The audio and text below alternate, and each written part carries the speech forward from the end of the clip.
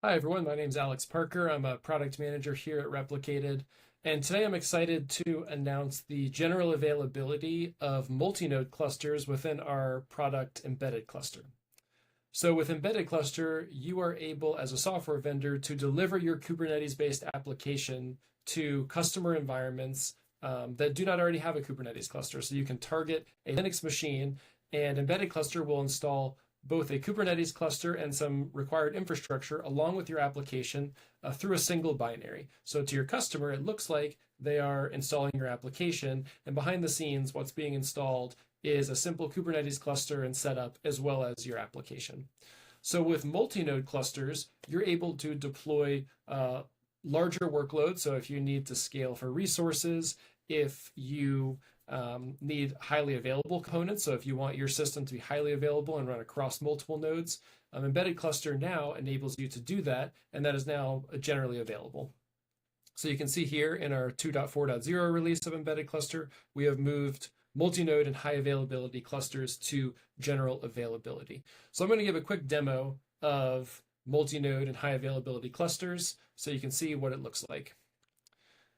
So to get started, really the only thing you have to do is have an embedded cluster config, choose what version of embedded cluster you want to use. So I'm using 2.4.0 where we GA'd multi-node, and I'm choosing to deploy Kubernetes version 1.29. I also have my custom domains here just to brand this experience a little bit more, but really that's all you need to get started with embedded cluster and to support multi-node clusters.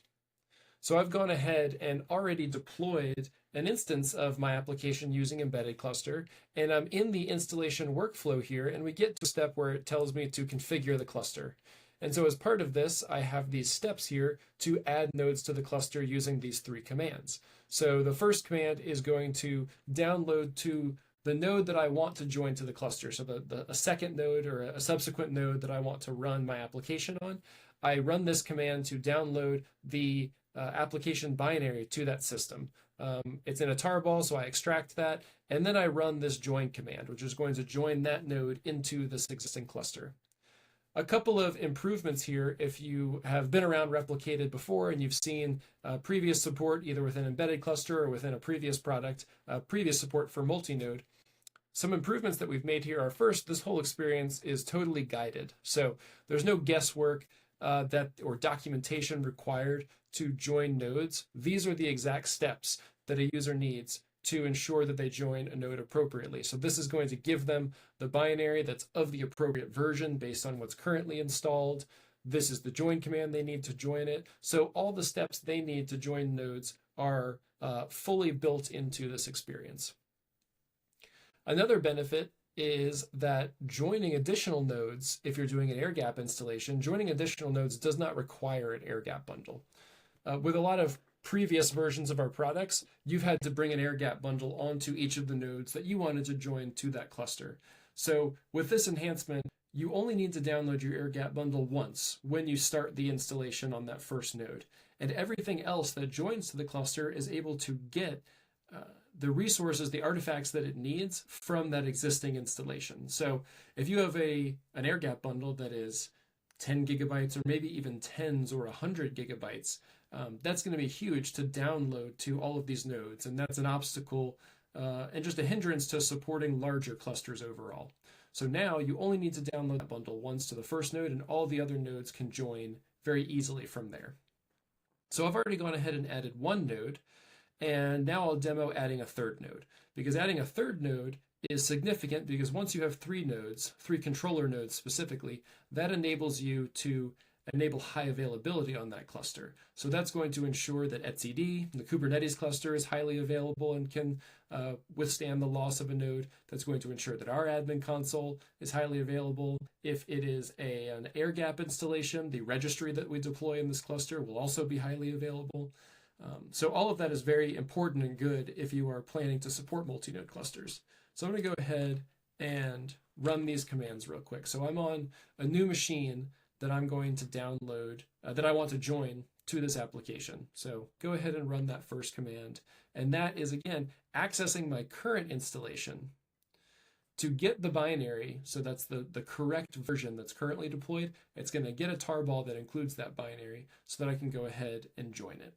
And that's important if someone's joining nodes down the road. So they have had this installed for a while, they've gone through some upgrades, and now they want to join another node, or maybe they reset a node and want to add it back in or something like that. It's important that they do that with the correct version. And now that we have this streamlined guidance here, it's very easy to ensure that that happens. So I'm going to extract the binary from that tarball. And then the last thing I'll do is run this join command. So this is going to join this node to the cluster. And when that's complete, because this is the third controller node, it's going to prompt me to ask if I want to enable high availability. So I'm going to pause this while the node joins, and we'll pick back up when the HA prompt comes up. All right, so this third node has joined. So node joined the cluster successfully. And now I see a message that high availability can be enabled once I have 3 or more nodes. Enabling it will replicate data across cluster nodes. And after it's enabled, I have to maintain at least 3 nodes. Do you want to enable it? Yes, let's go ahead. So now this is going to start the process of ensuring that the cluster, the admin console, and an air gap installation, the registry, are all highly available.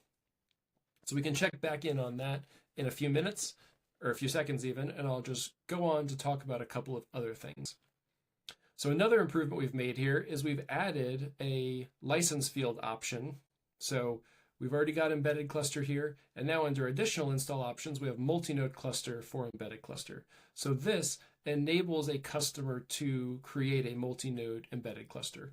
Now the reason this license field is important is because some software vendors don't support multi-node clusters. And so without this, everyone is prompted to optionally add nodes during the installation process. So by adding this license field in, we've also created a streamlined single node installation that ensures that your customers are not distracted by prompts to add nodes when they really are supposed to just keep that single node. Also, adding this in enables software vendors who do support multi-node to control who has access to it. So if everyone can use it, then you could just have this be enabled on all licenses. But if certain customers pay more or things like that, and that entitles them to a multi-node cluster, this license field can be used to control that. So what I just showed you was a multi-node cluster. So obviously this license field was enabled. What would happen if I disabled this? Well, I've already gone ahead and done an installation with this disabled, so I can demonstrate that. And if we come back to the installation workflow here, we'll notice that the navigation menu here does not include a step for configuring the cluster. So if I continue through my installation workflow here, I'm never going to be prompted to add nodes to the cluster in any way, because this is intended to be a single node installation. So that's what the multi-node cluster license field here does. The last thing I want to talk about is node roles. And maybe before we do that, we'll check back in here and see that high availability was enabled. So now I've got a 3-node highly available cluster using embedded cluster. Lastly, I'll talk about node roles. This is a beta feature that is related to multi-node that we'd love to hear your feedback on as well. Node roles enables you to create types of nodes that a user of your product can add to the cluster. So if you want to run your database on 3 dedicated nodes, or you have workloads that need a GPU, so they need to run a node that has a GPU present, node roles enable you to codify those requirements and make it very easy for your customers to deploy the correct nodes to the cluster. So basically, this is helpful for workload scheduling and things like that. So you can create a database role and a standard role and tell the customer you need to add 3 standard nodes and 3 database nodes. And behind the scenes, you're able to specify labels, Kubernetes labels that are going to be applied to those nodes to help with that workload scheduling. So you can very easily ensure that your database workload only runs on the 3 dedicated database nodes and that nothing else runs on those nodes, that they run on the other nodes that are intended for the rest of your application. So this is a very simple way to ensure that your customers, whether they're technical or not, can add the correct types of nodes to their cluster without having to run kubectl commands and labeling things and all that sort of stuff.